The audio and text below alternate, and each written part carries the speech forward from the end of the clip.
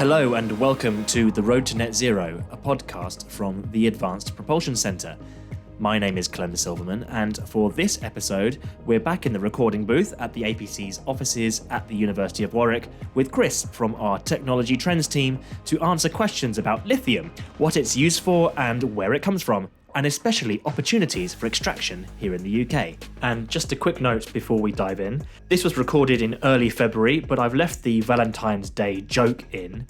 Also, about halfway through, Chris makes a reference to the BGS, but mixes up his Geography and Geology societies when it should be stated as the British Geological Survey. Right, let's get to it. Welcome again to Chris Jones, Strategic Trends Manager here at the APC, and we're here to talk about the L word, lithium. Hello, Chris. You don't call it the L word, do you? Thanks, Clem. No, just with Valentine's Day coming up, that's a bit scary. Oh, yeah. We've covered lithium a few times on the podcast, including in the different battery chemistries and different lithium-ion family of batteries. That's the nickel-rich NMC, nickel, manganese, cobalt, or lithium-ion phosphate, or the LFP family of battery chemistries. And we've also learned that despite this being dominated by mining in four main countries, Australia, China, Zimbabwe, and Canada, we're now hearing about extractive opportunities here in the UK, some that we funded at the APC with scale-up and feasibility grants, as well as sites that are refining lithium here too, sort of bypassing the need for that Chinese-dominated supply chain. But Chris, very, very simply, firstly and basically, what is lithium used for? Why is it so important?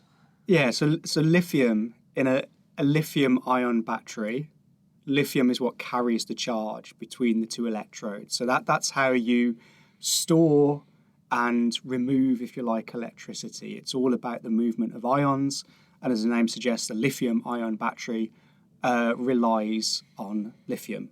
And where does lithium, this critical mineral, come from, and who is producing it in large quantities today?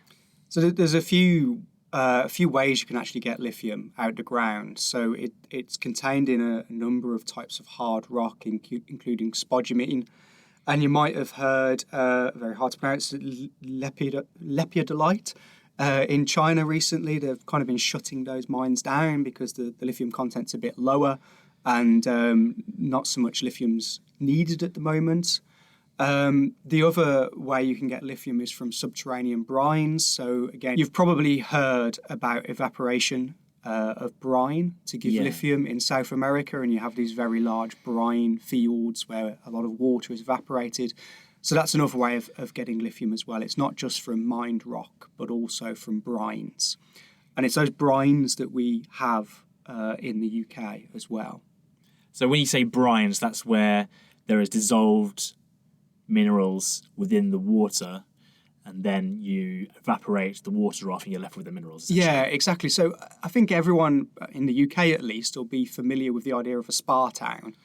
Now, spa towns are sat on mineral brines traditionally, and those brines with salts in them are pumped to a spa and perhaps heated, or they might be geothermal brines, so they're already warm, and it's very nice to float around in the salty water because it's quite buoyant. That's a brine. And so what we're saying is that some of these brines contain lithium as well as other salts, and you can extract that useful salt. Okay, brilliant.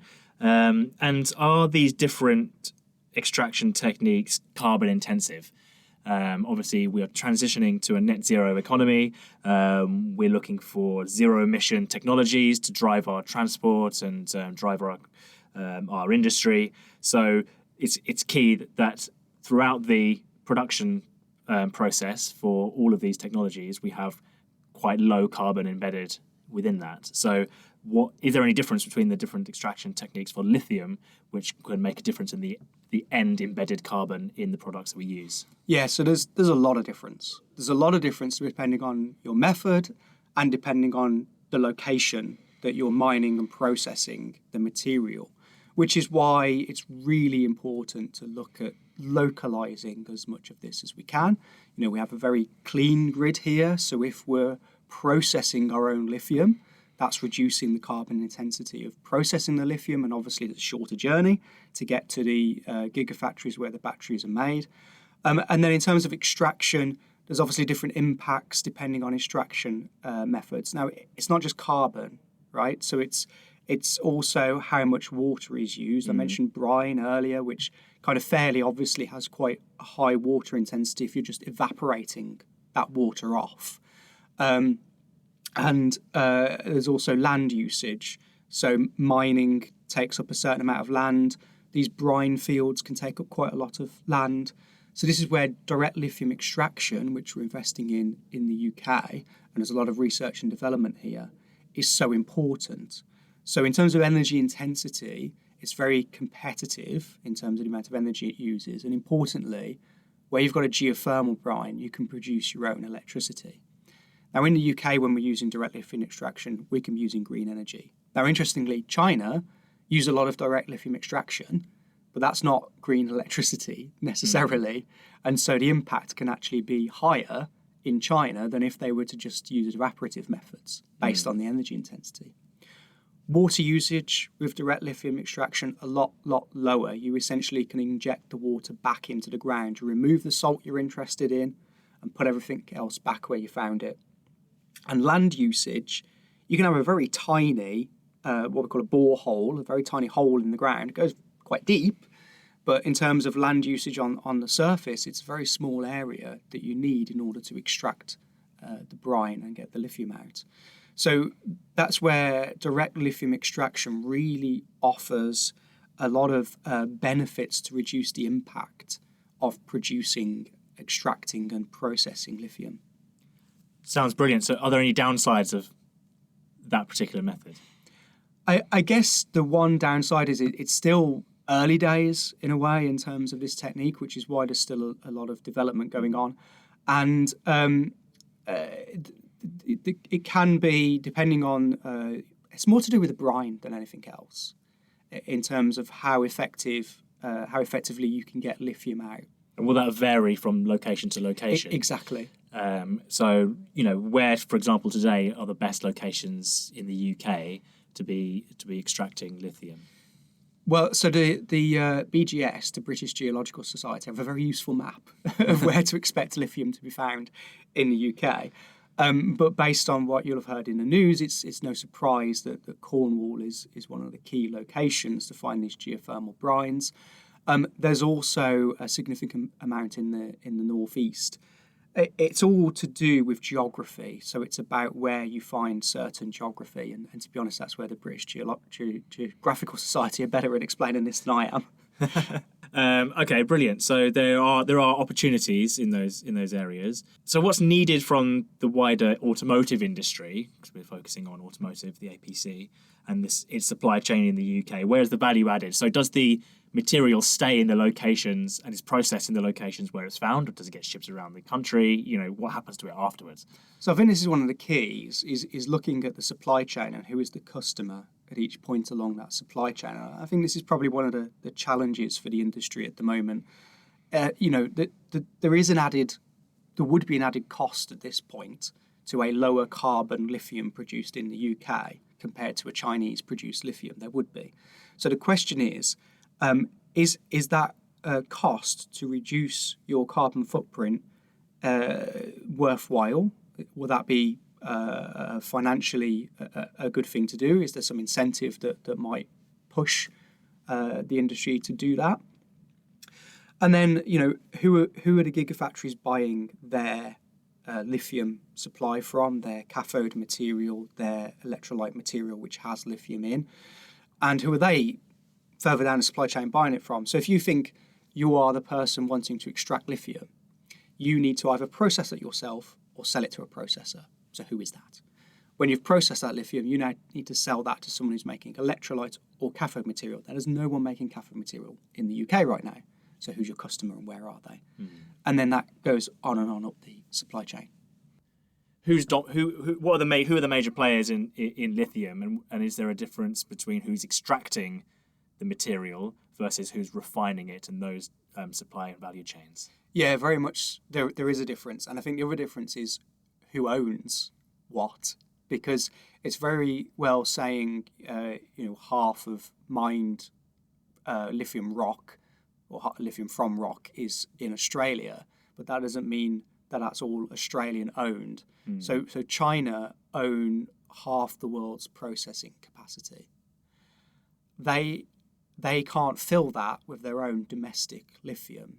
So they've been investing in lithium supply globally to bring to China and process it for export.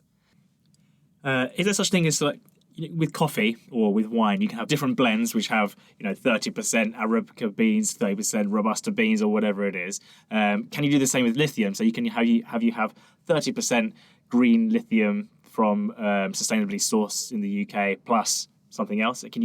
Does it work like that? Well, you could. Can we see on our when we're buying a car, we can see either on the battery, you can see the ingredients to where everything's produced. And you say, oh, well, actually, it's got 30% green, so actually that's better for the consumer. Or what, is it? Does that exist in any? Yeah, I mean, when you look at recycled material content, it's the same thing. So the European battery passport requires you to state the amount of recycled material. Lithium is one of them that you have in there. There's no requirement to state the individual carbon footprint of different materials, but there is a requirement for the overall carbon footprint. So by having some percentage of green, if you want to call it that, lithium, you can reduce that carbon footprint of your overall battery. Okay. So there is clearly a demand then for UK lithium. So what's stopping it from becoming scaled? Because it's still a relatively niche industry at the moment. Is that fair to say, or is it expanding rapidly as we speak, or what's stopping it becoming a boom town industry? Yeah, so especially in Cornwall, where you have historic mining activities. Will it be the next tin mining for the area, that type of thing? This is a really interesting question, because you look at this and you think to yourself, why isn't this booming like right now? Why isn't this just going? And I think part of it comes down to that who's your customer question, because you've got to have an offtake agreement to help you get investment. But I think there's some challenges to investment in this area. I think one thing is when you talk to investors, you've kind of got a bit of a binary investment scenario where you've got people that invest in mines who look at direct lithium extraction and go, oh, it's a bit of a new technology. I'm confident with mines and I'm confident with scale. And these are quite small projects compared to what I'm used to investing in with new technology. And so they're a bit nervous of investing. And then you've got the people that want to invest in green tech. And they go, oh, but it's mining and mining's dirty. So they don't want to invest in it either. So these companies that are doing very innovative material extraction are struggling to find the right investment community to bring in on board. And I think in the investment community, there is a perception of risk around these projects. And some of the issues, not unique to the UK, but some of the issues are around mineral rights. So in England and Wales, mineral ownership was separated from land ownership quite commonly. And so you can buy a piece of land knowing that there's minerals, but not necessarily the mineral rights. And you can do a load of due diligence, but still later on someone comes in with a claim that they own the minerals. And that is a risk, right? And there was a Mines Act in 1966 to try and rectify some of this. But it's quite a complicated process to get through. And so, there's risk and there's nervousness about that, I think. Now, the UK government has said they're committed to strengthen the capacity of the UK planning system, and they're introducing what they're calling a new premium planning service as well as some planning reform. So there is something happening in the UK to help with the planning and permitting. And then the final challenge to all of this, so assuming you get your rights, you've got your planning and permitting, can you get people? And mining just isn't popular. Metallurgy isn't that popular anymore. So a lot of the skills that you require, there is a growing skills gap. Again, not unique to the UK. Other countries have highlighted this as a problem, but mining just isn't sexy. And the problem is that the energy transition needs us to extract material. And we want to innovate. We want to see innovation that reduces the impact of that extraction. Maybe we do need to start talking about the L word then. Make it sexy again. We've got to make it sexy again. Yeah. Where are we towards meeting sort of that demand for lithium? That sort of, we're saying, 59 kilotons by 2030, and yeah, what is next for the UK extractive sector? So I think the really interesting thing, or the really cool thing, is that the potential for domestic supply is actually very closely matched to demand. So we could get very close to meeting our own demand with domestic supply. The thing is, 2030 is not that far away. Okay, so theoretically, you could get a geothermal brine running in a few years. But with those other things that we talked about, those timescales are a little bit longer. So the kind of question is, if we're serious about this, about having our own domestic supply, what are we going to do to accelerate that? And how are we going to help these companies find their customers so that they can get the investment that they need to accelerate their projects? Where can people go to find more information through the APC, through the work that you do at the Technology Trends? So they can come to the Advanced Propulsion Centre and talk to us. There's the Critical Minerals Intelligence Centre, which has a lot of information on this, and also the British Geological Society. Brilliant. Thank you very much, Chris. All right, thank you. Thank you. Thanks very much, Chris, and thank you for listening to this episode of The Road to Net Zero. Don't forget to subscribe via your favourite podcast app and visit our website at apcuk.co.uk. And stay tuned for more insight from our Technology Trends team coming soon.